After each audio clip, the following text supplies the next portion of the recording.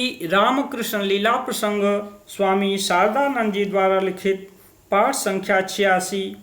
मधुर भाव की साधना में प्रवृत्त हो श्री रामकृष्ण देव का स्त्री वेश धारण। मधुर भाव की साधना में प्रवृत्त हो श्री रामकृष्ण देव स्त्री जनोचित वेशभूषा धारण करने के लिए व्यग्र हो उठे थे एवं परम भक्त मथुरा मोहन उनके इस अभिप्राय को जानकर कभी बहुमूल्य बनारसी साड़ी और कभी लहंगा ओढ़नी तथा चोली इत्यादि के द्वारा उन्हें सुसज्जित कर सुखी हुए थे। साथ ही बाबा यानी श्री रामकृष्ण देव के रमणी वेश को सर्वांग संपूर्ण बनाने के निमित्त मथुर बाबू ने घुंघराले केसों का एक टोप तथा कुछ स्वर्णालंकार से भी उनको विभूषित किया था। हमने विश्वस्त सूत्र से सुना है कि भक्तिमान मथुरा मोहन के इस दान के फलस्वरूप दुष्ट व्यक्तियों को श्री रामकृष्ण देव के कठोर त्याग में लांछन लगाने का अवसर प्राप्त हुआ था, किंतु श्री रामकृष्ण देव तथा मथुरा मोहन उन बातों की ओर किंचित मात्र भी ध्यान न देकर अपने लक्ष्य की ओर अग्रसर हुए थे। बाबा की परितृप्ति के से मथुरा मोहन अपने प्रयत्न को निरर्थक न मानकर परम सुखी हुए थे और श्री रामकृष्ण देव उन वेशभूषाओं को धारण कर श्रीहरि की प्रेमैक लोलुपा व्रज रमणियों के भाव में क्रमशः इस प्रकार निमग्न हुए थे कि उनका पुरुषत्व बोध भी समूल नष्ट होकर उनकी बोलचाल, उनका कार्यकलाप, इतना ही नहीं उनके विचार भी स्त्रियों के समान हो गए थे। श्री रामकृष्ण देव से हमने सुना है कि मथुर भाव के समय 6 महीने तक रमणी वेश धारण कर उन्होंने अवस्थान किया था। स्त्री वेश के ग्रहण से श्री रामकृष्ण देव का प्रत्येक आचरण स्त्री जाति की भांति होना। श्री रामकृष्ण देव के अंदर स्त्री और पुरुष इन दोनों भावों के अद्भुत समावेश का हम अन्यत्र उल्लेख कर चुके हैं। अतः स्त्री वेश धारण करने के कारण उनके मन में उस समय रमणी भाव का उदय होना कोई विचित्र बात नहीं है, किंतु उस भाव की प्रेरणा से उनका वार्तालाप, चलना फिरना, हास्य कटाक्ष एवं शरीर मन का प्रत्येक आचरण आदि बिल्कुल स्त्रियों जैसे होने लगेंगे। इसकी कभी किसी ने कल्पना तक नहीं की थी, किंतु उस समय वास्तव में उन असंभव घटनाओं के होने की बात हमने प्रायः श्री रामकृष्ण देव तथा हृदय राम से सुनी है। दक्षिणेश्वर में आते जाते परिहास पूर्वक उनको स्त्री चरित्र का अभिनय करते हुए हमने अनेक बार देखा है। उस समय वह इतना सर्वांग संपूर्ण होता था कि स्त्रियां भी उसे देखकर आश्चर्यचकित हो जाती थीं।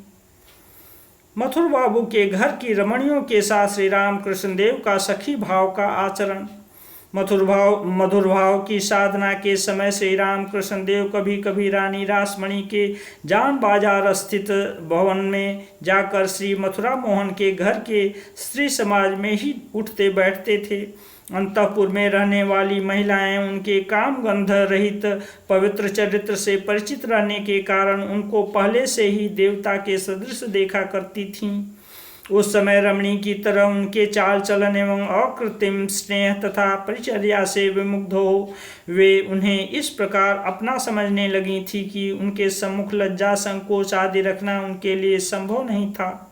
श्री रामकृष्ण देव के श्रीमुख से हमने सुना है कि श्री मथुरा मोहन की पुत्रियों में से किसी के पति का उस समय जान बाजार के भवन में आगमन होता था तो वे स्वयं अपने हाथों से उस पुत्री के केश विन्यास तथा वेशभूषा आदि करने के पश्चात उसे पति के मनोरंजन के विभिन्न उपायों की शिक्षा देकर साक्षी की भांति उसका हाथ पकड़कर उसके पति के समीप पहुंचा आया करते थे।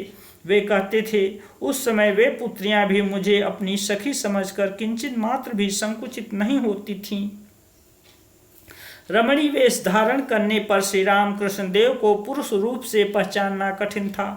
हृदय राम कहता था, इस प्रकार रमणियों के बीच रहते समय श्री रामकृष्ण देव को सहसा पहचानना उनके नित्य परिचित आत्मीय वर्ग के लिए भी कठिन था।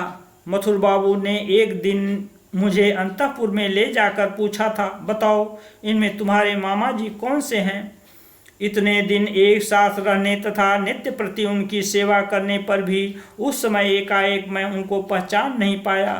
दक्षिणेश्वर में रहते समय मामा जी जब प्रतिदिन प्रातःकाल हाथ में टोकनी लेकर पुष्प चयन करते थे तब हमने विशेष ध्यानपूर्वक देखा है कि चलते समय रमणियों की भांति उनका बायां पैर स्वतः पहले आगे बढ़ता चला जाता था।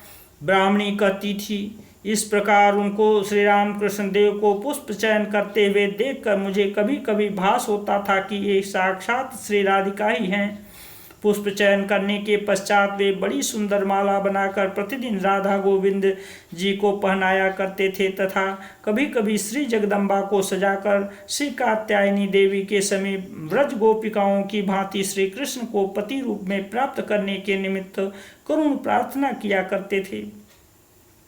मधुर भाव की साधना में रत होने पर श्री रामकृष्ण देव के आचरण तथा उनके शारीरिक विकार, इस प्रकार श्री जगदम्बा की सेवा पूजा संपन्न करने के पश्चात श्री कृष्ण दर्शन तथा उनको अपने वल्लभ रूप से प्राप्त करने की अभिलाषा से श्री रामकृष्ण देव अनन्य चित्त हो श्री युगल पाद पद्मों की सेवा में रत हुए थे एवं साग्रह प्रार्थना तथा प्रतीक्षा में प्रतिदिन व्यतीत कर रहे थे।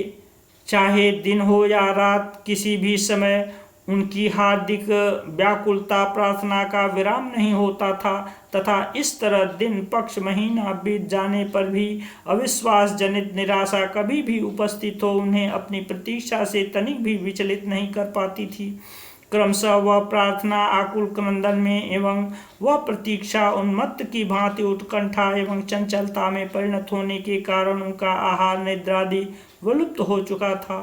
और विरह का तो कहना ही क्या है। अत्यंत प्रियजनों के साथ